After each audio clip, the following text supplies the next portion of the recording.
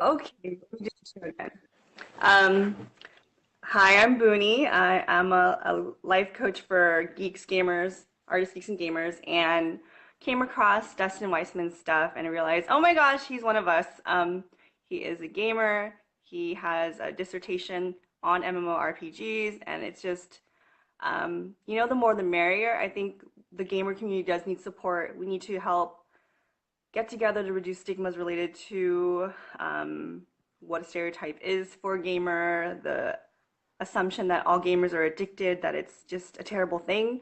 So we're just here to shed light on the culture and by sharing our just like our perspectives, discussion on things that matter to us. I think it's important to have representation, and that happens by us being brave enough and vocal to share what we know through our work with others, as well as just compassion for everyone. It's a difficult topic because it involves so many people. So we're just here to share what we have to share. Yeah, yeah, Hmm. perfect.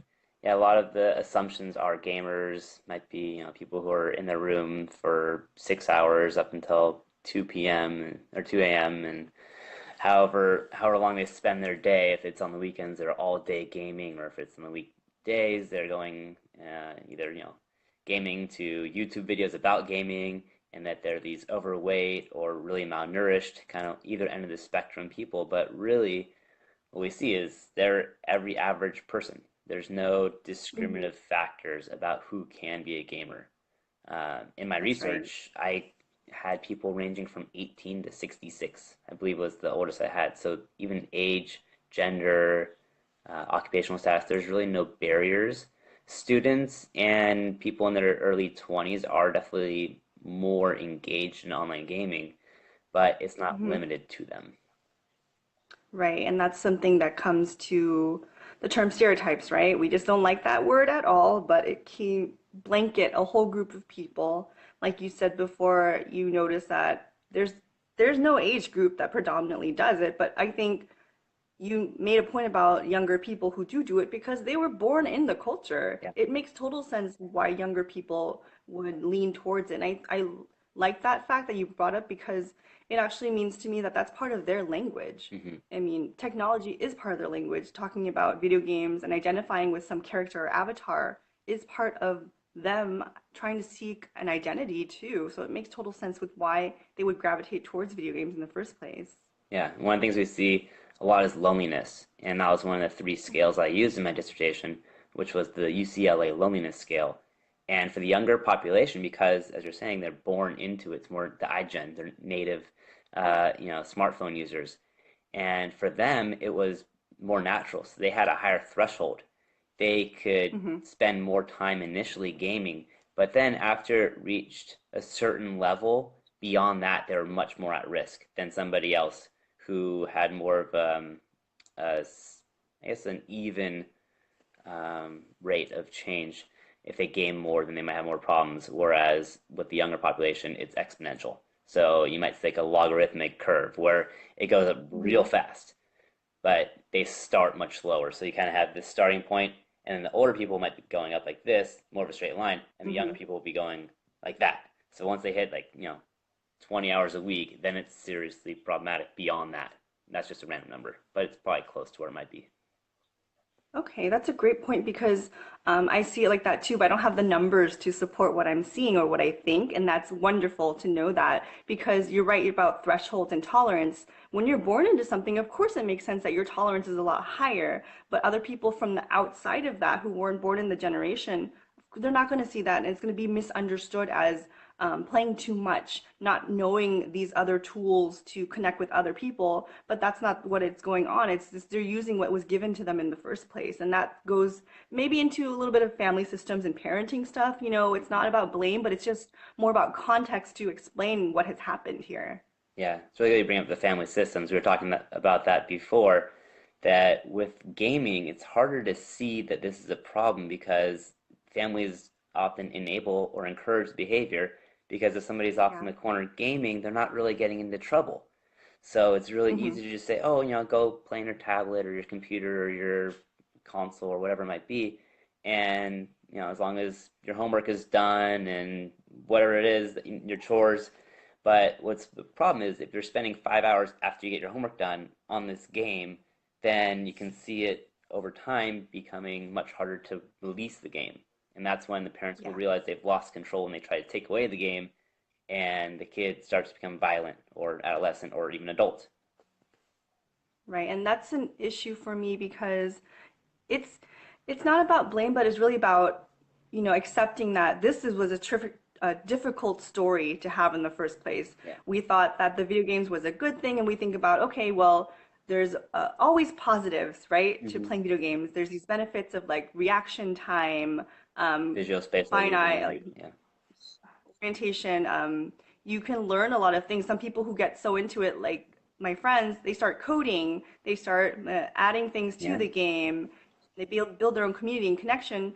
But like you said, it's not a problem because it's not a problem. You let it be, and it kind of develops over time and it grows. And this need to play, it becomes stronger. And the only time we actually notice that it's a problem is when it becomes a problem. So there's all this space in between, this timeline of allowing someone to play. So you're quietly nodding and giving them permission to play, and all of a sudden Yeah. it's a problem. So that's conflicting as well when there's a gamer who feels like, but you allowed me to play for all this time, and then all of a sudden it's a problem. What did I do wrong? Yeah. It could just blow up really quickly when things aren't addressed, you know? Hmm. I saw this great picture on Facebook, like maybe last year or so. It was a side-by-side image, one maybe 30 years ago and then one today. And the first one was the 30 years ago. It was like a mom calling her kid, trying to drag him inside because it's getting dark and they had to come inside. And then now it's a kid, or the mom holding on all of the electronic devices and then kicking the kid out, like go outside and play. So it's really an interesting change we've had that today's younger generation is definitely the most safe or the safest generation we've had in a long time in terms of risky behaviors and drug use and alcohol use, but they're also the highest risk for depression and suicide. And I'd also imagine anxiety and ADHD because those are associated with increased smartphone use. Oh, that's fascinating. I don't really know how heavy that must feel for parents to hear this information. It must be very scary Yeah. to know that this is just the reality of what's going on. But smartphones are so efficient and effective, and they're just tools for something fun, and they connect us. Like I don't know how you felt like if you ever lost your cell phone, you felt like a part of you was missing, like a limb. Mm. Like I felt my arm was missing the one time I did lose my phone. I was so sad. There's so much information on it, and I was just thinking, how could I live without my phone? I'm sure people feel the same way about their smartphones, about their favorite consoles or the games that they play. It's just very different now, and to think that there's these high correlations with anxiety, depression, ADHD, Yeah. it makes sense. Um, I also think sometimes people are overdiagnosed on certain things, Yeah. but in overall terms, we do need connection. I know that for me, video games and MMORPGs will always have a special place in my heart because when I needed that connection that wasn't there physically, Mm. gamers were there for me. My guild was there for me, like Mhm. the online gamers were there for me, and I will always speak up to represent for that. But that physical connection to have space, it really does matter still, even though we seem to be separated yet connected at the same time. So this is a very difficult spot for us to be in, to advocate for something while also talking about the negatives at the same time, because we're not gonna sugarcoat anything. We're not gonna say that this is a perfect world when it comes to gaming. That's not why we're here to speak. We're here to shed light on the dichotomous nature of video games. Like it can be difficult, but also it can be a wonderful world. It is wonderful Mhm. if we allow it to be, but we can't let it consume us. Sorry, turn that off. What is that? It was my notifications. Of course, we're doing this on the smartphone Oh, because we couldn't do it on the desktop. So yeah. now it's all muted. Stop texting me, people. It was buzzing. It sounded cute. Yeah, well, now it's all muted and good. See, smartphone problems already. Yeah, Mm-hmm. the technology allows us to do things like this too. Have this online discussion that we can share with our friends and family and the general public. So there's lots of positives. I know we spent a lot of time talking about the negatives because those are important Mm-hmm. too. And Yes. it's really just a matter of balance, not overdoing Right. it, not spending, you know, 8 hours a day on your smartphone. And one of the most Right. interesting, I think, facts I've seen this year or within the last year was by the Pew Research Center saying that 24% of Americans, I think age eight, it was teenagers, but it was also up to 24, I believe, that Mm-hmm. they're online constantly. So 100% of the time they're plugged in unless they're sleeping. So if they're waking up, Mm-hmm. they're online. If they're not actually looking at their screen, it's pretty much there in their hand, or they're more than 50% attention is going to it. So that's a Yeah, I staggering believe number. it. I believe it. And for me, I think about a bunch of things. One of the main things I think about always is education. I think about how our brains are being wired and changing, and then this capacity for information is quicker now. I think about how are schools going to keep up with this if our children and young people need fast types of information. It needs to go from one source to another, and it's very fast and quick. Um, Traditional learning and teaching is not like this. So I'm wondering if there's going to be a gap in measuring what people know and being able to deliver information if what we need and what we're being primed to do with our brains and technology is this. Like we're just attached to, I know I touch my phone a lot. Like we're Mhm. always attached to it now. And to be disconnected is really hard sometimes, but like to have routine is important. So what would you recommend for families having a struggle with a child or a teen who's like constantly touching and being connected to the internet or the phone? Mhm. That's a good question. I think that having tech-free times, especially dinner, Mhm. that's a really good time to start. If you're looking for where do we start, that's a good one. Having no Okay. smartphones or tech at dinner. uh, just allowing for conversation, even if it's just one night a week to start. The Screenagers documentary and Common Sense Media or Common Sense Education will recommend the Tech Talk Tuesdays. So that's a Hmm. great time. Just Tuesday night. That's tomorrow night.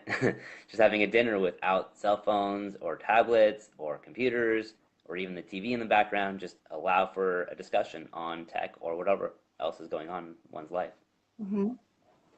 And I think that's very doable. I think a lot of people tend to think it's all or nothing, like you have to scrap it right away. And for me, um, I try my best not to do cold turkey, but only in like certain situations where it becomes super violent and there's no other way right now. We have to like separate from the stimulation that causes all this stuff. So that's when I would do it. But I like this once a week dinner, very doable. It's not Hmm. overwhelming. It's not intimidating at all because everyone needs to eat dinner Yeah. and family time is important. So this is a great way to connect the family and slowly encourage something different, but also positive. Dinner and connection is important and ritual is very important. So I'm really happy to hear that. Hmm. Yeah, and if you're a parent trying to watch your own tech use in front of your kids, allowing your kids Hmm. to call you out on it and thanking them instead of getting upset. It's like, oh, you know what, you're right, I'm sorry. Or sharing what you're doing on your phone with your kids Hmm. or whoever's around you. Like, hey, I just want to check an email for work. It'll take a second. Or I need whatever it is, even if it's playing a game. And I want to collect this thing on this game. Just give me a few minutes. I'll do it and then I'll put my phone away. Or showing that's what I'm doing. Uh, but Hmm. also, when you're on your phone, the message you're sending to the person you're with is you're not as important to me as this thing on my phone right now. So being aware Right. of that, I think a lot of people lose sight of that. And when you go out to restaurants and you see the couples dating, but they're on their phones the whole time, they're not communicating, or they might, share what they find on their phone because that's all they know. So Hmm. and I'm guilty. I caught myself doing that. I think last week. We kind of just got into my wife and I were just on our phones for a minute and Hmm. came across some interesting stories, and we're sharing that with each other. But it's definitely something we don't always do, but it happens. And just Right. being aware of it, creating that mindfulness, and being conscientious of what you're doing. I think that's what will help. And I think it's great that you mentioned to just show what you're doing. I think part of it that kind of makes us seem to hide what we do, even when we have children, is like that shame or embarrassment, right? Like, but we're human beings. We're gonna do it. Mhm. We understand how, yeah, I'm gonna use the word addicting. It's addicting Mhm. to want to check your phone and your emails. Like after a while, it becomes like a game in your head. Like, okay, when was the last time I got a new email? When was the last time someone liked my Instagram photo? It's a thing. We want to check for likes, like you said in your other video, which is a great video. You know, liking is important. It's part of that wanting to be part of important, right? So now that this new metric of measuring how important we are is introduced in our lives, it's hard to let go of that too. But to honor that and to share it with our children, I'm hoping that will help them understand when they feel like they need to do it, they're watching us too. It's like, okay, well, mommy and daddy were talking about checking their phones and their emails. That's a good reason to check your phone because you have to work. You have to check your emails. That's for work. So it's important to like raise that dialogue and make sure that there's different reasons for when you would check your phone and when it's not okay. It's like, you know what? We're going to pause it for now. It's time for our family ritual. It's time for dinner. So we're going to put the phones away. And then other people in our lives will start to understand that too. So it's important to just spread the message of what you are allowing in your lives to not make sure that the phones are controlling you Mhm. and not your family. Like you have more control than you think. Yeah, I think you can also share both ends of, what's something that's good that happened with my smartphone Mhm. this week, or even gaming or whatever it is that you're doing online. What's something good that happened, and maybe what's something that's not so good Yes. that happened. Did you realize that you were scrolling through Instagram for an hour?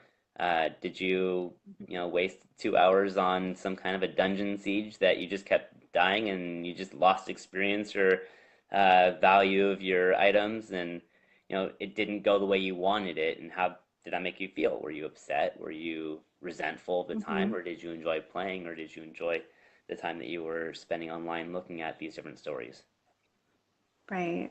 And that's my favorite part when I start to ask people about their games and their metaphors or the dungeons that they like. You can learn so much about someone. You can learn if they're trying to like overcome a problem, how resourceful they are. You can learn about how well they deal with like losing everything that they just earned in the game. Like when you die, you die. You lose everything, and that sucks. Yeah. So it's a way to connect with someone, but also to hear their story because all the stuff that happens in the game is a real memory to me. Like when you play with someone, when you're playing by yourself, it's a real story in your brain. Like you feel accomplished, you feel like you actually defeated that monster or whatever it was, Hmm. and the avatar character that you got new gear for. I love it. I love getting new gear for my character. It's the best feeling because I don't spend money in real life to buy clothes. So the way for me to accessorize is my character in game. Like that makes sense Hmm. to me. It's so real. Yeah, that's a very good point. I mean, we create avatars to represent our virtual selves.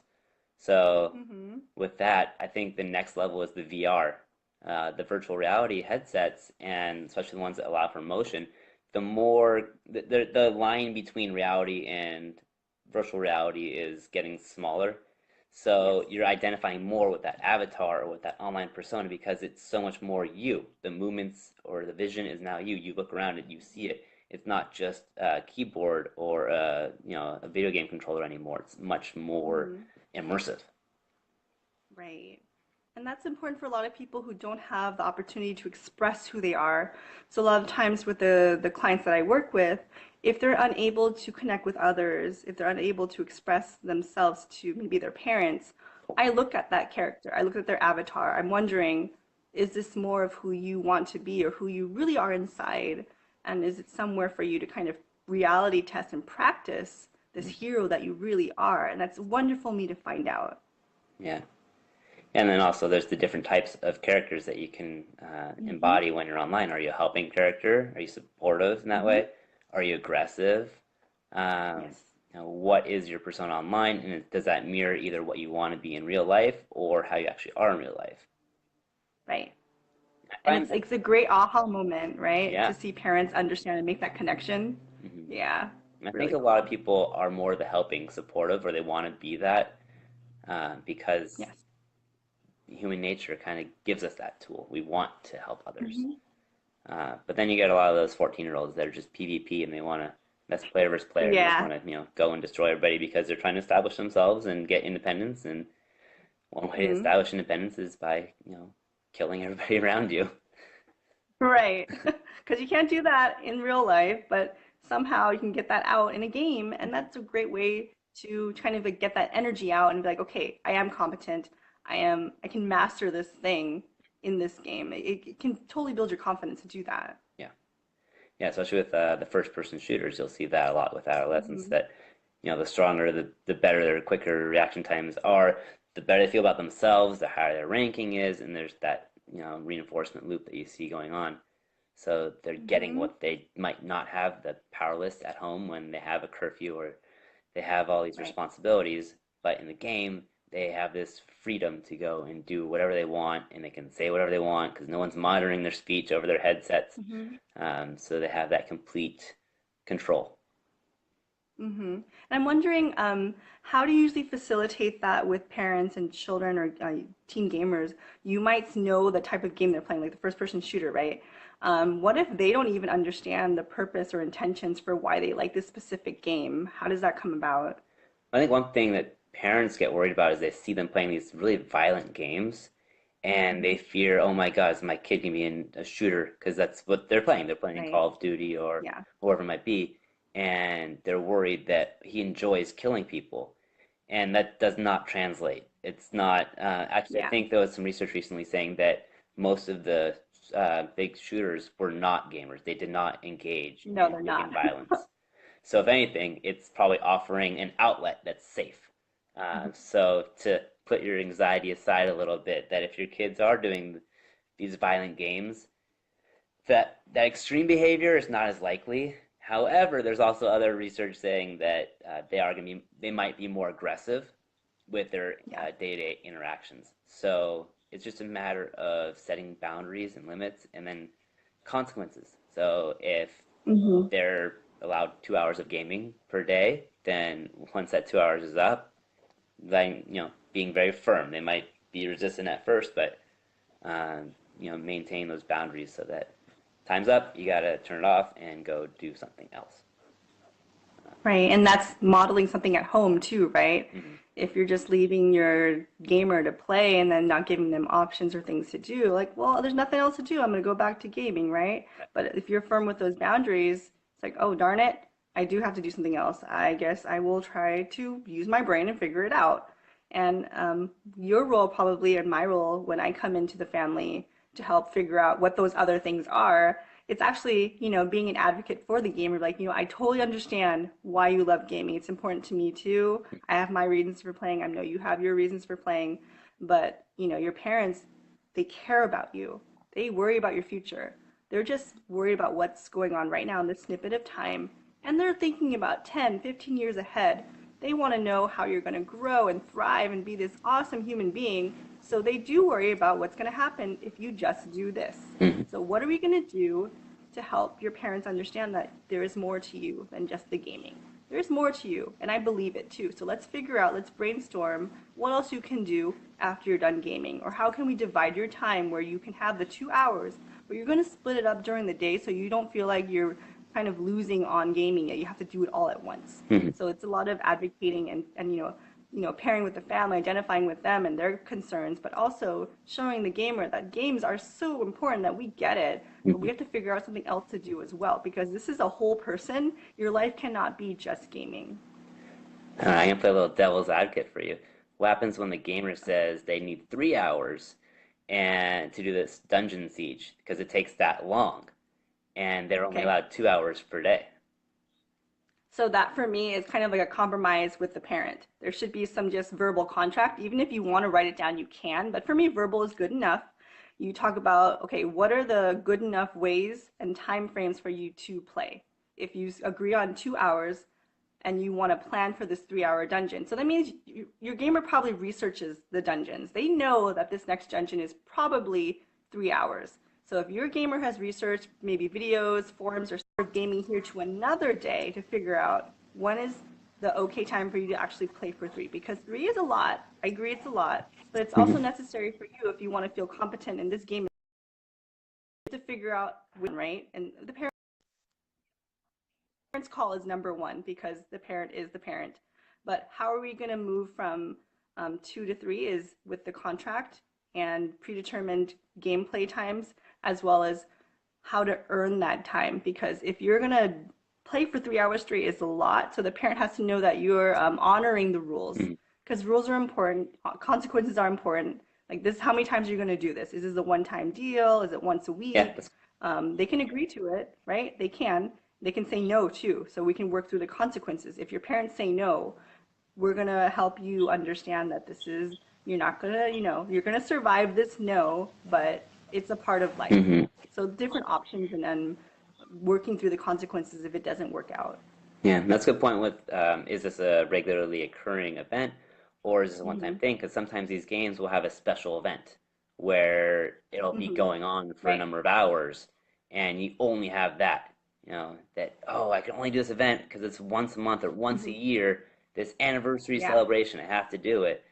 And okay, finding the compromise. You're gonna do 3 hours tonight, we'll give you a little extra hour, but tomorrow maybe we'll take away one of those hours. Right. Right. Exactly. Hmm So it shows how important it is, and the parents are honoring it. But you have to talk about it. It's not like you're, bypassing your parents' authority to play something. It's important to have conversation. This is like a real, like you're scheduling game time. You're scheduling like a sport. Yeah. Parents have to accommodate for that, and so do you. Mhm. So we have a question. How do you determine a good volume of game time? That's going to be definitely relative to the kid and their balance. So it's going to be different for everybody. 1 hour a week might Hmm. be good, especially age. Age is a big Yes. factor. Under three, I recommend 0 hours. So no Me tablets, no nothing. too. Well, the research recommends that too for their neural development. So for if you want their brains to develop properly, of course, I found this research out right after my daughter turned 3 or 4. So we kind of missed that window a little bit, but I think I did an okay job with not doing it too excessive. And then beyond three, say about 3 to 10, about 1 hour, maybe 3 to 8, 1 hour of screen time on tablet, cell phone. The TV gets a little bit more difficult. I think it's a different kind of light emission because the cell phones have the blue light, which you can turn off. Most phones now have the setting to turn the blue light settings off. But beyond that, I think the TVs aren't as bad, but it's still kind of zombie mode. And I'm speaking Hmm. from the person who my parents would call me Mr. TV growing up, and I would come home from preschool and put myself down for a nap, curled up on an armchair watching TV. So, yeah, I watched an excessive amount of TV probably growing up, and I think I turned out okay. So it's really balanced though, because I also played sports and I was involved in other activities. So I did, karate and different other after school learning activities and so forth. So the amount of screen time of how much is too much, that's per kid or per individual or per adult, whoever it is. Hmm. If it's interfering with your life in any way whatsoever, it's too much. If you're missing outings and your relationships are suffering because you're not giving as much eye contact or attention to those in your life physically there, then you might be on a little bit too much. Um, but if you're not having any of those effects, then it's harder to tell. What are your thoughts? Oh, I just wanted to throw a caveat for those on the spectrum who are autistic, right? That measurement of eye contact or not being able to interact with others, that's not part of what we would measure for other people, right? There's a certain need for stimulation, and it would make sense for why we would need to play games or be on the internet for certain reasons, right? Because that stimulation or your connection without being too overstimulated, face-to-face contact, right? Mm-hmm. But for like other people, that is our metric. If your life is being impeded in a certain way and you have a before criteria to compare with, then you have clear indications of what is changing. You might not be doing self-care. You're not going to the bathroom, you're not showering, you're not eating. Those are big things, and that is a huge stereotype. But if you're not playing, if you're playing that much, Mm-hmm. that could be affected, and that actually could be going on. Like you're starting to hoard everything around you. There's trash everywhere. You Yeah, just want to be on the computer all the time. yeah, That's huge, but it does happen. yeah. If you're not taking care of your physical surroundings, Hmm. then take a break from whatever it is and go do that. We are getting some Yeah. questions on the time that I mentioned. 1 hour is the low end. Definitely can go up to 2 for ages 3 to 8. Um, For once they hit middle school, I definitely up the time because their whole social world is now online. That's just how it is today. A lot of, I guess, 11-year-olds, 12-year-olds are getting smartphones, and once they're on Mhm. there, all of their friends are on there, and they now have that social need and the pure influence from middle school and high school. It's 100%. They need to be connected with the others, or they'll feel left out. So it's a matter Mhm. of I don't know, probably discussing with the friends' parents and helping the kids to arrange times for them to actually get together physically and do something else that's not online, so they don't feel that they're missing the connections with those other people. That's what Yeah. I have encouraged to my adolescents that I've worked with is go and see your friends. Like, don't just try to game with them online. Go to their house. Go swimming. We live in Southern California. Enjoy it. You have a pool. Your Yeah. parents pay a lot of money to maintain that pool so that you could swim in it. Go do that. Yeah. Uh, of course, make sure you're able to swim and that you can do Yeah. that. Uh, but the rationale for the 1 hour is how it's affecting your brain. So if when Mhm. the child's brain is still developing up until really 20, 22, 24, that's when our brains are pretty much developing that whole period. But the critical ages, we know the first five, 0 to 5, that's such a critical time for our Mhm. brain development that if we're letting the blue light essentially, it affects your theta waves, it'll affect sleep, it affects your reward system, and there's many other research which you can message me later and I can try to find some of the articles for you. But you can also just look up online, go to Google Scholar and type in, neuroscience with smartphones. And you might find some interesting research. And we do have to, I think, kind of slowly increase anything with a child, anything, because it's about habit. It's about knowing that there's other things in your life that are valuable too. If we give all of the time to games and smartphones, that can consume you. Your whole brain is wired to respond to that type of stimulation. Mm-hmm. And it's hard to go backwards. It's very hard to go backwards. Like, Yeah. playing outside, touching the dirt, getting dirty, exploring the real world. There's so much beauty and fascination to learn from our natural surroundings. Mm-hmm. You can get that from a video, you can get it from something on a smartphone, but there's something about how children learn through the body. It's sensory. We need to learn with that first before we leap into the digital realm. Yeah. So thank you, Sharon, for that question. That's a really good question, and definitely need to elaborate a little bit for throwing such low Mm-hmm. numbers out because 1 to 2 hours seems like a very small amount when it's so easy to give a kid a smartphone or a tablet and say, go play with this while I clean or prepare dinner or do laundry. Because otherwise, what do I do with you? It's difficult. I know it's difficult. I have two kids of Yeah. my own, and sometimes you want to just give them something to do, but it doesn't have to be the Mm-hmm. smartphone. You can give them Legos to play with. You can give them a coloring book. It's just a matter of here's some options, pick one because smartphones have only Mm-hmm. been around for about 12 years. So we've survived for thousands of years as a human Yes. race before smartphones, and parents have been able to do stuff like that for hundreds of years without having to engage the kids in tech Mm-hmm. use. Right. And that's, I think, one of the things to think about too. We kind of think we have to keep our child busy to keep them some kind of learning or something, right? Hmm. We don't have to keep them busy. They're naturally curious, they're natural scientists. Children and babies, they'll figure out what to do. You give them something to look at, they'll keep their brains busy by actually looking and actually paying attention and learning the nuances of whatever object you're giving them. They'll be okay. And I think that's something to give parents permission to do is remember what it was like. It is okay. Technology is not always better when it comes to teaching babies or keeping them occupied. Hmm. Sometimes simple, less is more when it comes to that. Yeah. And I've seen some questions, not specifically here, on, well, the schools are assigning the tablets and the computers for the kids to Hmm. learn on, and the learning games. The learning games are good. That's a good use of technology. It's just a matter of how much time is that kid staring at the screen, Hmm. because those do, like I said, affect their brain waves.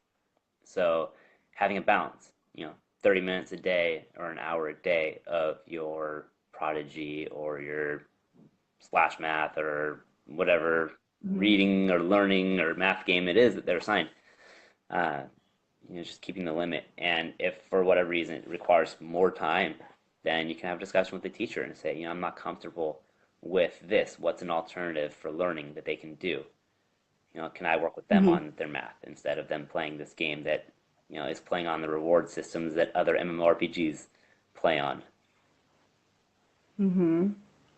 Yeah, and I love that. You just advocate, you speak up, you wonder if there's some other option because I know it's hard to speak up. It's scary when everyone else is doing something. The whole group is doing this and you want to advocate and do something else. Hmm. It is hard to stand out. It's really hard to do that, but we got to think about the brain and specifically your individual child, what is going to work, and if you notice them leaning more towards technology, if you notice that, you have to think about their future, right? Yeah. This is what's going on. We have to back it up a little bit. We have to decrease the stimulation, and that takes a lot of bravery to do that. But we're here to support you. Hmm. We know that you want to do what's best for your child. Yeah. So anything else you want to add, Booney, today before we wrap it up? I think it was a great discussion, and I'll probably brainstorm with you about your dissertation next time because I really want to know what is in it. I want to know what you can share about it. Well, I can share the major finding real quickly. The major Okay. finding that I came across was people that went online for the gaming specifically for that social component.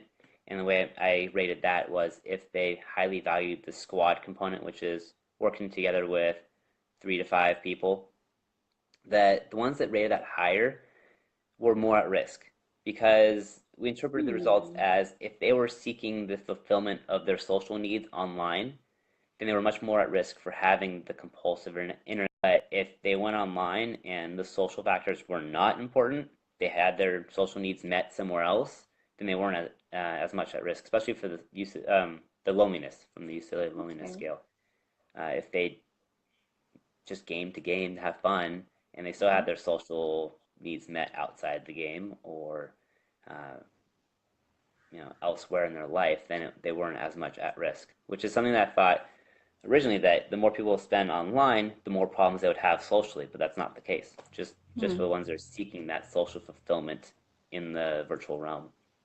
Okay, so intention is important to understand too. Yeah, very much Okay. so.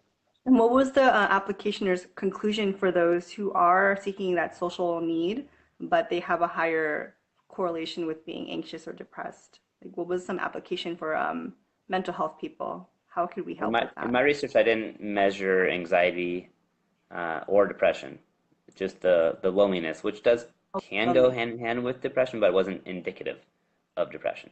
Okay, So I got didn't it. actually look at those specific metrics on mine.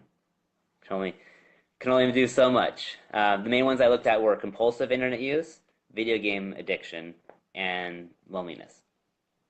And that would be great for us to understand people because intention is important. We don't really understand more than just the behavior that we see. So this is great. This is great information for us to delve into deeper to understand a person. And that's what not many of us do sometimes. You look at someone, you see you are your behavior, but that's not the case.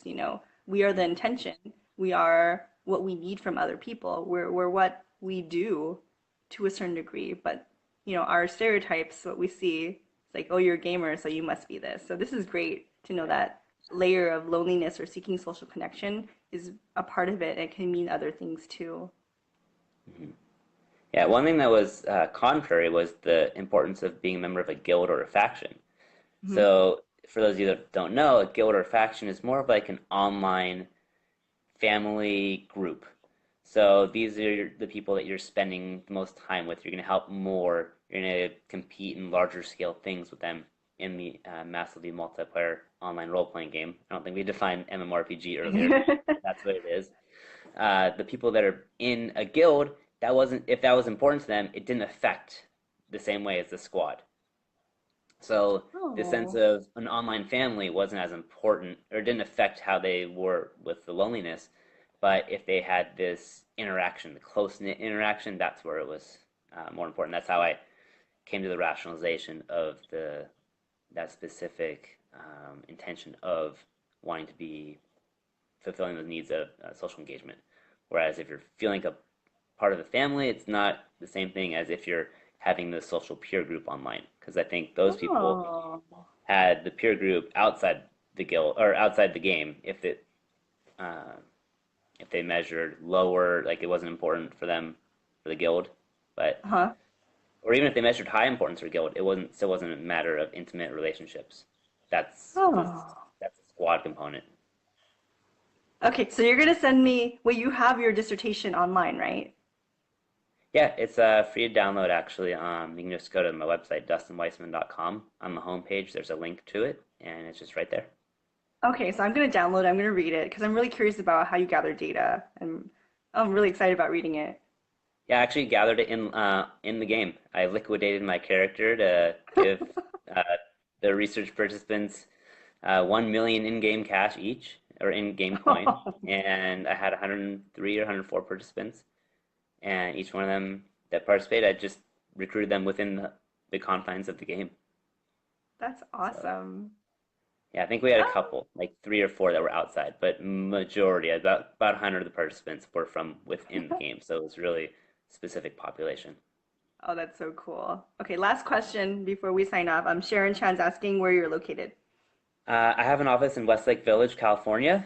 That's right on the border of Ventura County and LA County. And I also have an office in Westwood, which is more in the city of LA. But I'm mainly based out of Westlake. And I'm in Orange County areas, like North County, Central areas, and That's sometimes the South reason County. for the video, Hmm. because normal states that might not be a distance to drive, but here it's like 5 hours with traffic, Yeah. Totally. maybe All two. right, thank you so much. I'm really excited to chat more, and just I've got more ideas in my head. So it was really great Definitely. talking You with too. you. Yeah, you too, Booney. Thank you so much for watching, everyone. I appreciate the feedback and the questions, and look forward to future chats with us in the future. Yeah, thank you everybody for watching, and you can always message me with any questions as well.